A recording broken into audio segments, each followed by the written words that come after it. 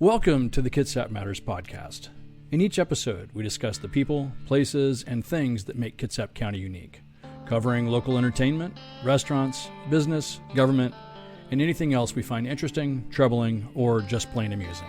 A brief disclosure, this is a community-focused podcast, not a financial podcast, but sometimes financial topics do arise. And since the host is a licensed financial professional, we have to include the following disclosure in every episode. The strategies and concepts discussed are for educational purposes only and do not represent specific investment, tax, or estate planning advice. Investing carries an inherent element of risk, and it's in everyone's best interest to consult a tax, legal, or investment professional. Kevin Campbell is an investment representative of, and advisory services are offered through USA Financial Securities Corporation, a registered investment advisor located at 6020 East Fulton Street, Ada, Michigan, 49301. Peaks Financial is not affiliated with USA Financial Securities Corporation. Hi, welcome to the Kitsap Matters podcast. I'm Kevin Campbell, and I'm excited to introduce Brett Clark, owner and operator of BC Fitness in Silverdale.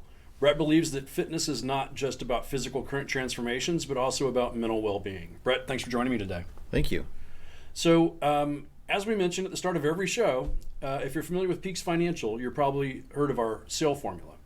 The sale formula, and you can also, if you're seeing this on video, can see it up here on the wall behind us, is the system that we use to manage the financial planning process for our clients. It's all about the key components of our planning philosophy.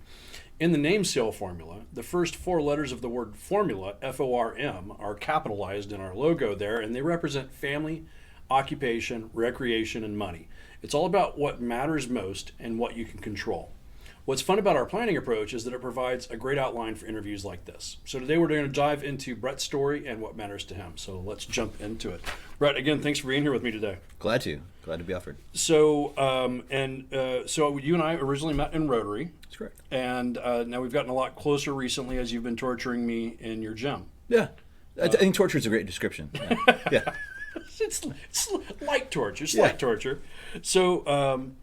So again, we're going to kind of follow the form concept here as we go through this. Tell me a little bit about family and your background, your story.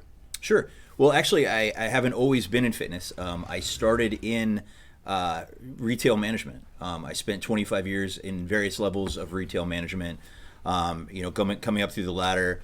But fitness became a passion of mine. Right around 30 years old, I was kind of struggling with my own weight, trying to understand how to do that. So I went and got a personal trainer certification. Not because I ever thought I would be a personal trainer, but because I thought if I knew what they knew, I wouldn't have to deal with them. Because, as we know, we're both seasoned guys. We both have a little seasoning in our beard.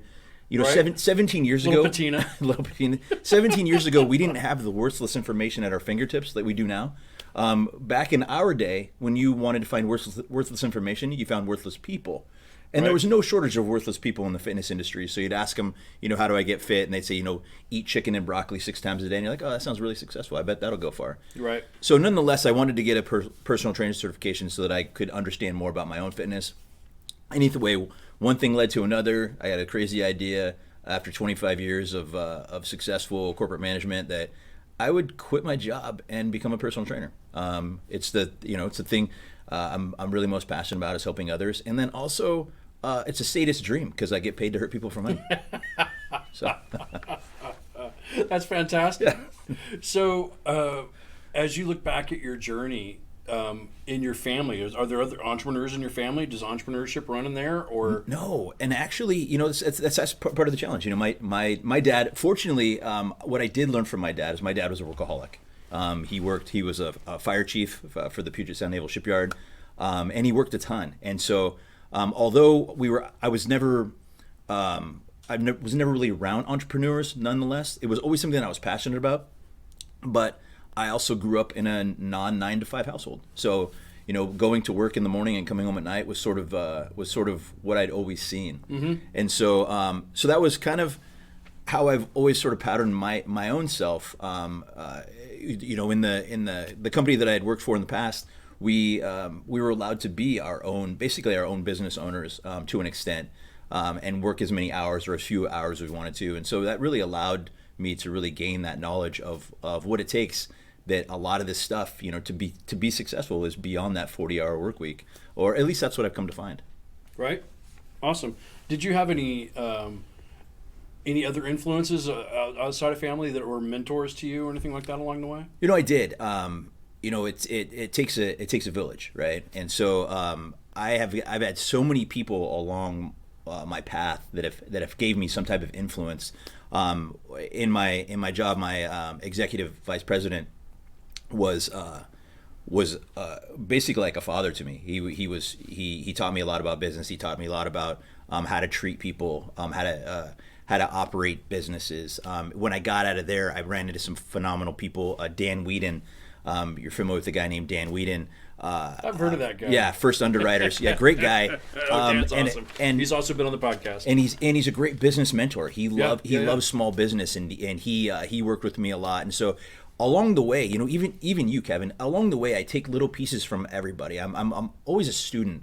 I'm always trying to learn something from somebody. So everybody's kind of brought their piece into what's made me what I am today, and what will continue to be in the future as I continue to accumulate these pieces.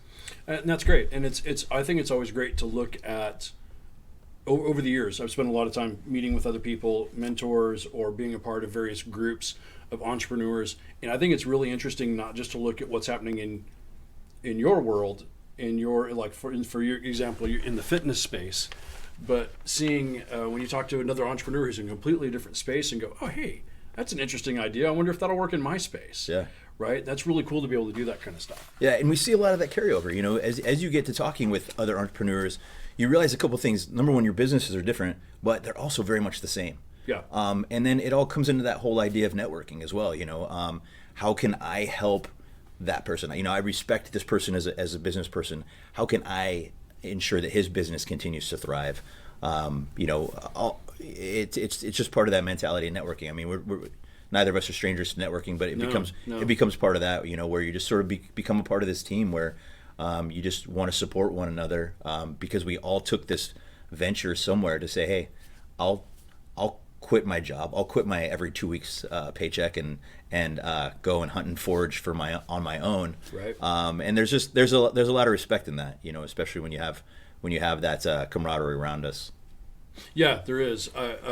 And when the networking, I've heard it said before, it's like, be a connector of people. Yeah. And that's a huge piece of networking. And as a small business owner,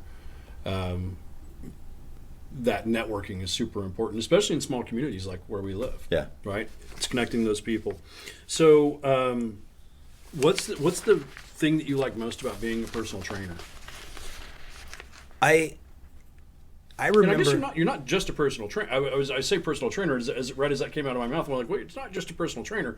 You're a personal trainer. You're a business owner. You run a fitness studio. You're also doing a lot of innovative things that you and I've spoken about before. Yeah. So personal trainer is unique, right? Fitness professional or accountability consultant. Those are probably more over what it is. It just looks funny on a business card. So personal trainer is just easy on a business card. But the truth of the matter is personal trainer, fitness coach, wellness coach, nutritionist. I also like to bring together the community as far as education. So I do a lot in the way of education. So it is multifaceted with what I do. But we can say just personal trainer because just personal trainers on my business card as well. So yeah, is it that way? Just personal trainer. Just personal trainer. So many less questions. Trainer. And it lowers the bar too, which is perfect. The lower we can get the bar, the better off we are. So keep those expectations low. Yeah. So about that, what do you think is the best part? What do you love about it? Every time I start with a new client, I remember my first day. We all had a first day when we made that choice to get fit. I call it enough's enough moment, right? Everyone has this enough's enough moment where they say, I got to do something different. And I know what that's like. And when you make that decision to say I want to get fit, everything is hard after that. Then what do you do? How do you do it? What do you eat? How do you exercise? Where do you do it at? And so what I love about that is I love being with people on that journey. I love to help them with that journey. I didn't have that Sherpa to help me up the mountain, so to speak, and I want to be that person that helps them up that mountain and gets that to fire inside of them. To get them to feeling better about themselves. It's not personal training. It gets a persona about it, but it's not about looking your best. It's about feeling that you are your best version of yourself. But looking good helps. Looking good helps. I mean, there's no that's like a non-harmful side effect of what we do. Yeah. Awesome. What do you think is the biggest misconception about what you do?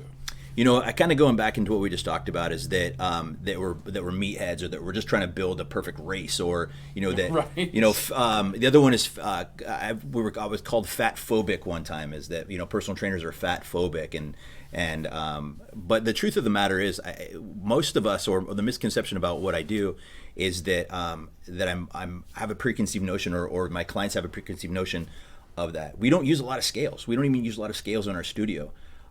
Because it's not about that. It's more about the tangibles, about how do you feel, how do your clothes fit, how do you feel about yourself, and we don't really focus on the scale, because the scale doesn't really know anything. Yeah. The scale it hadn't occurred to me until you just said that, but I've never stepped on a scale at your studio. Yeah, we don't do that, because the scale only measures the force of gravity pointing downward. So let's say you're focused on a scale, and you want to get to well, let's just use myself for example. I want to get to 200 pounds, right? And I'm just stuck at 210, stuck at 210. But I feel like 200 pounds is my number. Well, if I'm striving to get to this 200 pounds, I could lop my arm off, and then I'm 200 pounds, and then the scale says 200. Now, do I feel great? Am I feeling amazing now? Because the scale says 200. You're probably gonna miss that arm. Yeah, I'm probably gonna miss that arm. So it's really for what we do with our clients, and the type of clientele that we work with, is it's more about how do we feel like the best version of ourselves. What does that look like? If somebody has a scale number. Because some people are just obsessed with a scale, and somebody says, I want to be 150 pounds. And I say, well, gosh, that's fantastic. You're 205 now. That's 55 pounds. That's wonderful. But tell me what 150 means to you. Let's stand in your 150 shoes. Let's look around. Let's see what we see. And how do you feel? And then we'll walk through that with them. And I say, well, what if we achieve that at 180? What if 180 was the number on the scale, and you still said all those things? You still felt feelings. All those things. And that's where we start kind of focusing away from how we feel and less about what the scale says. So that's the long way of saying the part that I love about my job is helping people find the best version of themselves, whatever version that is. How do you see your industry changing over, say, the next 20 years? It's really challenging. There's a couple things out there that are really kind of challenging. The birth of the semaglutides. The GLP-1s, the weight loss drugs, Ozempic, Wegovy, where they're not being marketed properly in a lot of instances. They're being marketed in some areas that aren't doing good medicine, about no diet, no exercise needed. Just take this stuff and you lose weight. Well, there is some truth to that. We have to be careful of certain parameters, right? Lean muscle tissue is the most important part that we talk about. Skeletal muscle, healthy muscle. When I talk about muscle, I'm not talking about Lou Ferrigno. I'm just talking about the regular basic stuff that we need for life. And so that's one of the things that I think that's on the horizon that we really have to pay attention is getting. That may not be the good thing everybody thinks it is. It may not be the good thing that everybody thinks it is. I looked at that and I read it, but the more I read about it, the more I was like, I don't think I want to try that. It's got some challenges, and so that's one of the other things. The other, just like with any industry, the birth of AI. How much information people think that they can get at the tip of their fingers. When we talk about useless information at the tip of your fingers, it exists. Yeah. And so those are some of the changes that I see going in there. You can find the entire world's knowledge on the internet, and some of it's actually accurate. Yeah, exactly. Some of it, yeah. You have to sift through. But then there's also some changes that are made. In our studio, for instance, we not only have the traditional gym atmosphere, barbells, dumbbells, but we also have moved into technologically advanced equipment that have that fitness quantification that everyone needs. We got up to the minute data. So I see that transition. The tech is really cool. Yeah, the tech piece is I see a lot of where that stuff's going to transition, and just working out and getting ahead of that, getting out in front of it, or just understanding some of these other things like the semaglutides, and how we can talk clients through that process. So. And so on the tech side, do you want to talk a little bit more about what else is going on in your studio? What's unique about it? Yeah, sure. Well, we've separated BC Fitness basically into two areas, right? We talk about the traditional barbells, dumbbells. I wouldn't say the purest, but I think just overall, there's that there's people that like that tactile response to fitness. But then there's another subset, right? And we see that a lot with a lot of tech people or tech-minded people, where we utilize devices. The device that we tested that we really like is the Tonal device. Tonal is a great, basically wall-mounted cable machine that gets all that data into the hands of the client, but also into the hands of the trainer as well. And so that gives the trainer the opportunity to program exercises for their clients, but also to watch that client progress. In the studio, if you wanted to track your PRs, you wanted to track how much weight you're lifting, those are some pretty complex calculations where the trainer's going to have to stand around and write a bunch of stuff down. Right.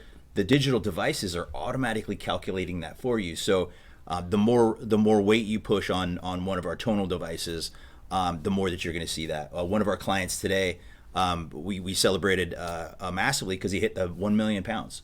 He's lifted a million pounds in his tenure at TechFit Studios, and super excited about that. The other side of these devices is that people can get them on their own. They can put them in their homes, and we can program them. We program them via our tablets. Some of our clients we haven't even seen before. We program their exercises for them. We'll go through, we'll look at their data, we'll make some adjustments to some of their exercises based upon their performances. And just really be able to assist people in an environment that works for them. Some people want to come to our environment.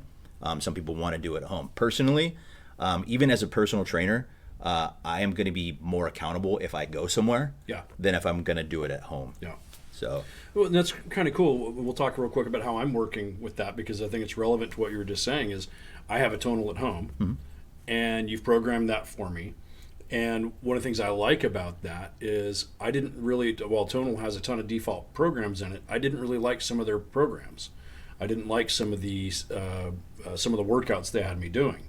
So I really like the custom workouts that you create for me a lot better. And something else that's really neat about that is, whether I'm working out at home or in your studio, I'm doing the same type of workout on the same type of device.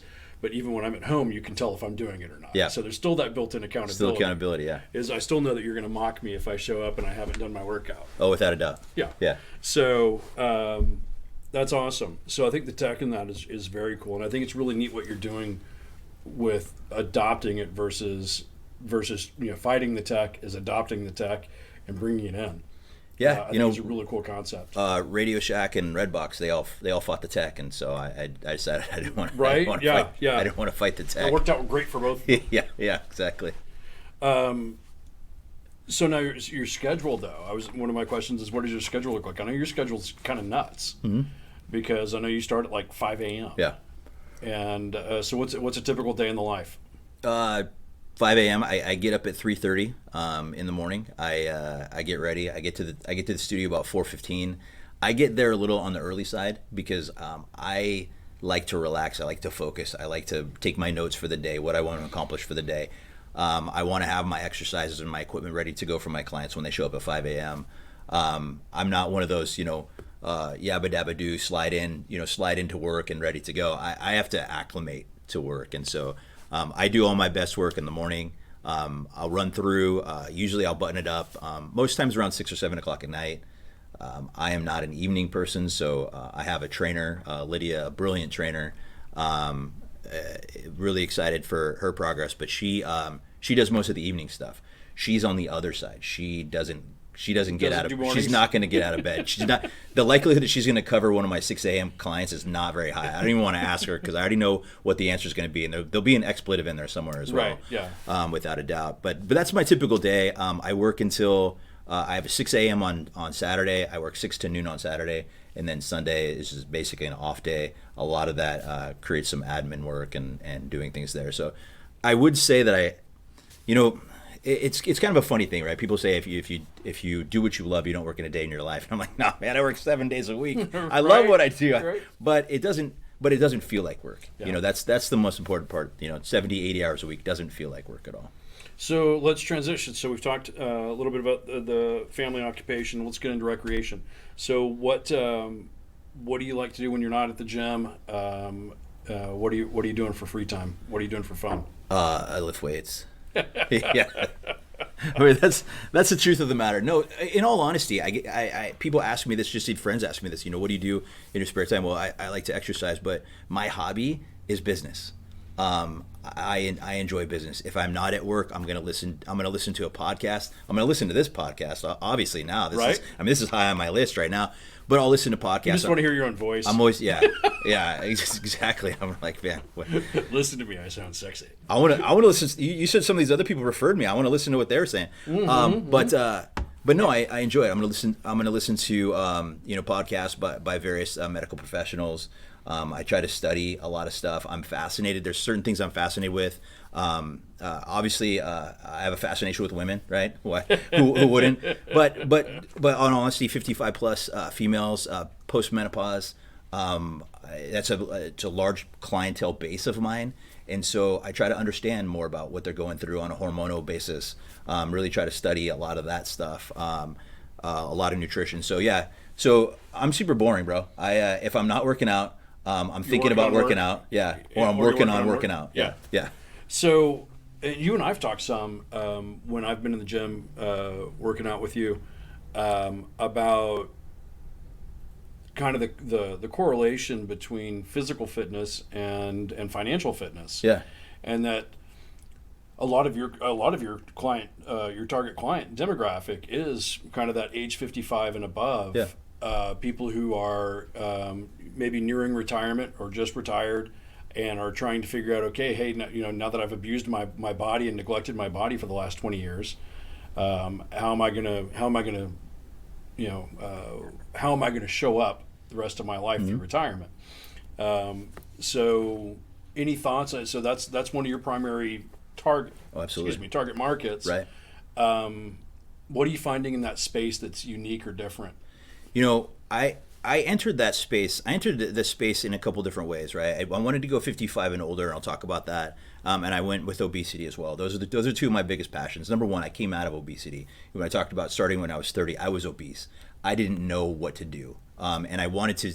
So when I created my ethos, I wanted to be a resource for people that felt lost. They felt trapped in a body that wasn't their own, and so that's that side. But 55 plus is unique to me. Because everything that we learned about fitness, we learned in the 80s, which was cardio really hard. To lose weight, you cardio really hard, and then you don't eat, which we found is detrimental. So osteopenia, osteoporosis, bone densities. We're looking at muscle wasting. We're looking at all these kinds of things. And what I wanted to do is I wanted to create a space for people to learn about fitness and to get fit. Because when we move that around, is the idea, I've spoken to some longevity clinics, longevity talks before, is that the last thing you want to do, you're going to live 20 years longer than we ever anticipated. And that gets longer every day with modern medicine and various other things that are happening. The last thing that you want is to run out of health or wealth while you're still alive. Especially if you're going to run out and you're going to live 20 years longer. I would hate to run out of wealth and live 20 years longer. I would hate to run out of health and live 20 years longer. So that's kind of my mission right now, is to help people create longevity, and we do that through flexibility, balance, and strength. Creating muscle. Yeah, a great place. If you're getting near retirement and looking at that, the rest of your life. A great place to be is financially fit and physically fit. Yeah. Right. You can have a lot of enjoyment. Yeah. You were talking about the study. We run into people here at Peaks Financial, who I've had people in before. You're like, well, I won't live past 75, or I won't live past 70, and a lot of times they're making financial bets on that. Yeah. And it's kind of like, yeah, but what if you do? Yeah. What are you basing that information on? Well, my parents didn't make it past that age. And you start asking questions about the parents. Well, how was your parents' lifestyle? Well, they ate chicken fried steak and mashed potatoes and smoked cigarettes and they didn't take care of themselves. Well, it's shocking. They didn't live very long, right? So I've also known people who didn't take care of themselves who lived to almost 100. So you never know how long you're going to be around. Right. And I think this is a great point to make, is regardless of how long you think you're going to be on this earth, as being financially fit and being physically fit, are both wonderful things. Oh, absolutely, without a doubt. And that's when, because they talk about that. The average age. I don't know what the average age is, but 78 at one point. It was 78 years old. That's also gestational mortality. I mean, that's also car accidents. That doesn't Right. That doesn't say. That doesn't take into consideration a lot of those things. So yeah, that's a lot of what it is. You're entirely right. Let's back up on that for a second, because I think it's a point that people can miss. So if you look at average longevity in the United States, there are a lot of studies out there that say mid-70s, right? But as you just pointed out, that takes into account car accidents, infant mortality, dying in wars, soldiers dying in wars. There's a whole bunch of things that can kill you while you're young that takes into account. If you look at lifespan of people who are 55, 60, or above, once you've made it to that point, there's a much higher probability that you will make it well past those 70s and up into the 80s. Because if you back out all those people who died super young from whatever the cause was, if you've lived to be 45, 50, 60, your chances of living more into the 80s, 90s or above is quite possible. Right. I talk about all the time. My grandmother, and I know this is being both on video and audio. If you're seeing us on video, you can see that I've got quite a bit of gray hair. I'm not a young guy, right? But my grandmother's still alive. I still have a grandmother. She's just down the street here in Poulsbo at Martha and Mary. Wonderful facility. They take great care of her. But my grandma's still around at 97, and she's my second grandparent to make it to 97. And if you look back at her era, when their lifespan, they were expected to live into their 60s, and here she is at 97, right? So you never know how long you're going to be around. Might as well try to get as physically fit and as financially fit as you possibly can. And those are parallels. Those are true parallels. I mean, truly. I mean, a lot of people's stresses is around financial stresses. Yep. Stress, increases cortisol. Cortisol has its effect on the physical nature, and so yeah, it's there's a big correlation between what you do and what I do. Yeah, we're just working on different parts. Yeah, exactly. That's pretty much what it is. But when it comes to money, though, too, you're also kind of a money guy. I mean, you and I've had some conversations. You are not just a student of business; you're also a student of money. Yeah, well, I like to tease that I'm more of a collector of money than a distributor. Yeah. Trying to collect the whole set. Yeah, trying to collect the whole set. And it actually kind of goes back from from childhood. My parents, they were not the most financially sound people. I watched them struggle, to make ends meet. I watched them struggle to pay some bills and not pay other bills, choosing which bills they wanted to pay each month. And as they were trying to raise 4 kids, and I thought, damn man, that's not any life that I want to have. Life's stressful enough. The last thing I want to stress out about is money. So, live between my means, living within my means. That's a lot of, my financial strategy is just living within my means. Right. Spend less than you make. Yeah, exactly. That's a great start. Yeah. I'm not a huge debt guy. I'm a cash and carry guy. The company that I worked for was a cash and carry company. They had very little debt. The only debt they had, which they understood, was the debt to the employees, in the way of profit sharing retirement trusts and whatnot. So other than that, it was debt has never really been a big part of my life, and so I've been able to be somewhat financially sound. I'm fascinated by money. I'm fascinated by how money is made, especially in your industry. It's fascinating that it's just out there. And that you study it, and you get with people like yourself. You get with talented people who have some experience, and they can help you find more money. Yeah, absolutely. So, I think the point I was getting out of that, or that my takeaway from that, and hopefully it's their takeaway from that, is go see Brett to get fit, go see Kevin to get wealthy, or to work on the wealth side, not to get wealthy. Yeah. but for help on the wealth side. Health fitness over here, wealth fitness over there. Right, yeah. exactly. Yeah. So now I've got another question for you. So I've had a lot of people on the podcast over the last couple months, and still a relatively new podcast. But some of those people are people who have been W-2 employees for companies. And some are entrepreneurs, and all of them have kind of a different focus on retirement and what comes next. I tend to see people in a couple different categories: people who are already retired, people who have that retirement date, on a countdown timer, or they know exactly when they're going to retire. And then others who are retirement's not even really a thing. Yeah. I'm going to guess you go into that third category. Yeah. And so is that your plan as an entrepreneur? Is I'm going to keep going, keep doing what I'm doing as long as I can? The company that I worked for before, the founder had said every man, it would have been every person now, every person needs a place to go after breakfast. Right. And so I plan on doing that. I think as long as you have a purpose, you wake up every morning. I think you can live forever as long as you wake up every morning with a purpose and you have a place to go after breakfast. That's a great saying. I love that. Yep. I plan on doing what I do until it doesn't make sense to do it anymore. Awesome. That's fantastic. So let's see. What else do we want to chat about? Do you have anything else you want to? I know you're working on some other entrepreneurial ventures that are tied to yours. Do you want to mention any of that yet? I don't mind. I actually love it. Thank you. You attended a kind of a launch party, a cooking class launch party on Wednesday.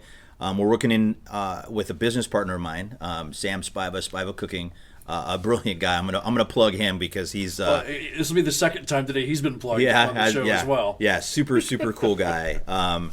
If you want to get a guy on a show that does more than just blabbing like I do, Sam's the guy that you want to get on the show. That's a fantastic guy. But anyway, nonetheless, one of the biggest issues with fitness is nutrition, yeah. Right?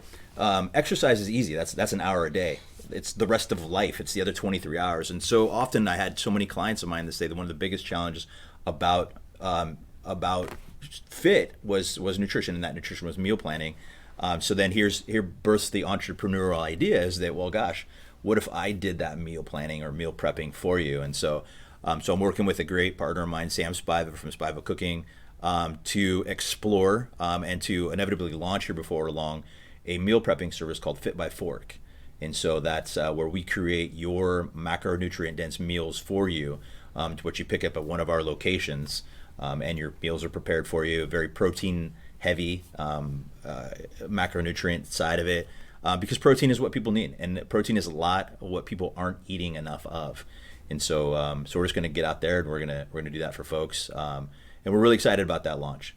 We really think that's a game changer, not only for Kitsap County, which doesn't have that service, but exists for people to maintain this overall level of healthiness. And so people can say, well, gosh, there's HelloFresh and there's all these other kinds of things, and there most definitely is. But there's a couple nuances for what we do, is that we're protein heavy. So we make sure that we're getting the maximum amount of protein, and all of our stuff is going to be locally sourced. Obviously, you're going to be supporting local businesses. And we're going to use much better products. A lot of times in those HelloFreshes or some of those other boxes, they're not necessarily using the best ingredients, and these have been frozen and unfrozen and frozen and unfrozen.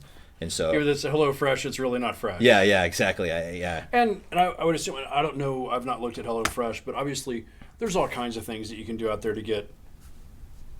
I'll hesitate to use the term fast food because we're not talking fast food like McDonald's, but we're talking meals prepared or meals delivered or whatever. It's been around, that kind of stuff has been around for eons. Yeah. So, but my understanding is here the difference is, like, I remember when I first started working out with you gave me a nutrition and a meal plan, which I have done absolutely nothing with, right? Because it's a lot of work. Which is standard, Right, standard procedure. You're like, here's what you should eat, here's what you should do, and I'm like, oh, that sounds like a lot of work, right? Right.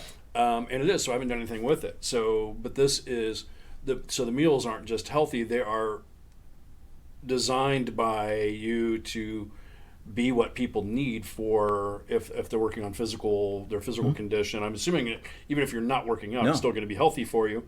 But it's really designed from a fitness nutrition standpoint, and then delivered in an easy use format. Yeah, exactly. And so it's designed by a nutritionist to make it macronutrient dense for you, to make it the healthiest possible, but inspired by a chef, so he's going to make it taste good. Yeah. And so that's the most important part with all that stuff, is that we're kind of bringing those two together, because again, people left to their own opportunity to meal prep won't. And I get it, because it's difficult, because it's time consuming, because it's challenging.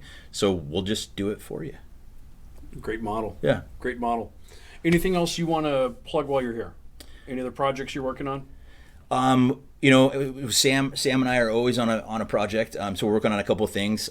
We do have BC Fitness does have its own spices available with the BC Fitness blend. What we do is I take the stuff that I use for my own meal planning, and then we bring those into the studio. So we got some great stuff in there.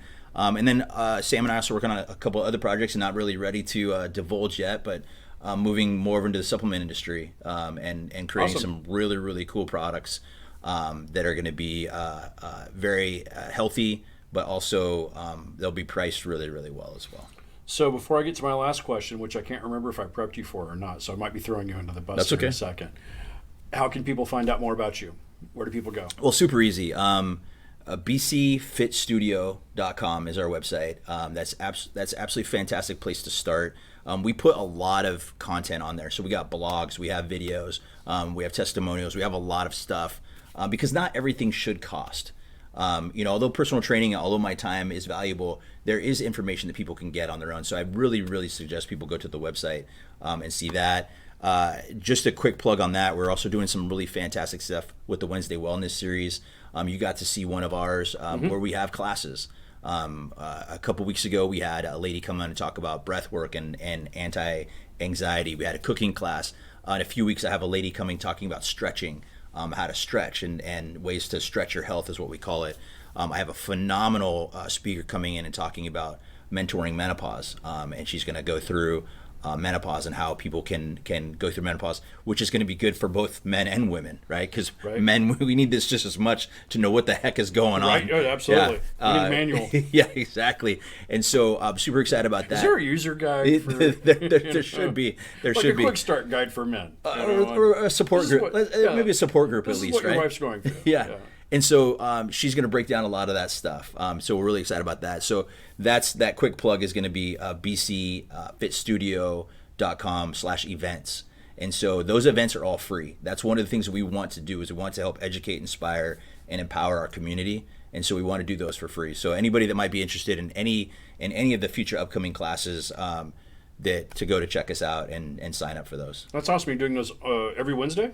We're doing at least a couple Wednesdays a month. Okay, so check the Facebook page. Yeah, or check the website. And the Facebook page is another place. Yeah, we're posting on our Facebook events, so you'll always see what's going on with our Facebook events, with some of the great classes that we have going on. Space is limited, so people go in and sign up, and they can come in and get some really, really good information by some of the phenomenal people that we have in our community. Awesome, great. Yeah, I went to one last week. I thought it was great. Yeah. So, all right, awesome. So we're about to wrap. The last question that we usually ask is, what's the best kept secret in Kitsap County? It can be a restaurant, a hike, a business, a band, a waterfall. What is it you think in Kitsap County that you think of that, hey, that's pretty cool and some people might not know about it? I sort of let it out. Spiva Cooking. He's on in Bremerton on Lebo Boulevard. That was the second time he's been plugged today. Yeah, that was also what Michelle Doyle. Yeah, said the same thing. What he does is magical. Yeah. He's a great guy, super great guy. He's successful. He's very successful in his business, but I still want to continue to make his business successful. But stopping by, he's got a storefront down there. He's just a great guy. He's always out cooking in the community, and he is probably the best kept secret. I want to keep him a secret because he's my best friend, and I want to make sure he has time for me. And so, but I would say, man, if you have a chance, go down to Lebo Boulevard, down by the old hospital, and check out Spiva Cooking. That place is absolutely phenomenal. Awesome. All right. Anything else you want to wrap up with? No, this has been absolutely fantastic. What about you? Anything you want to wrap up with? No, I'm good. No, good. Yeah. Brett, thanks a lot for being here. That's going to be another wrap for the Kitsap Matters podcast. Thanks for listening or watching, whichever one you're doing. And we'll be back soon with more episodes. So make sure you like us and follow us. Thanks. A brief disclosure, this is a community-focused podcast, not a financial podcast, but sometimes financial topics do arise. And since the host is a licensed financial professional, we have to include the following disclosure in every episode. The strategies and concepts discussed are for educational purposes only and do not represent specific investment, tax, or estate planning advice. Investing carries an inherent element of risk, and it's in everyone's best interest to consult a tax, legal, or investment professional. Kevin Campbell is an investment representative of, and advisory services are offered through USA Financial Securities Corporation, a registered investment advisor located at 6020 East Fulton Street, Ada, Michigan, 49301. Peaks Financial is not affiliated with USA Financial Securities Corporation.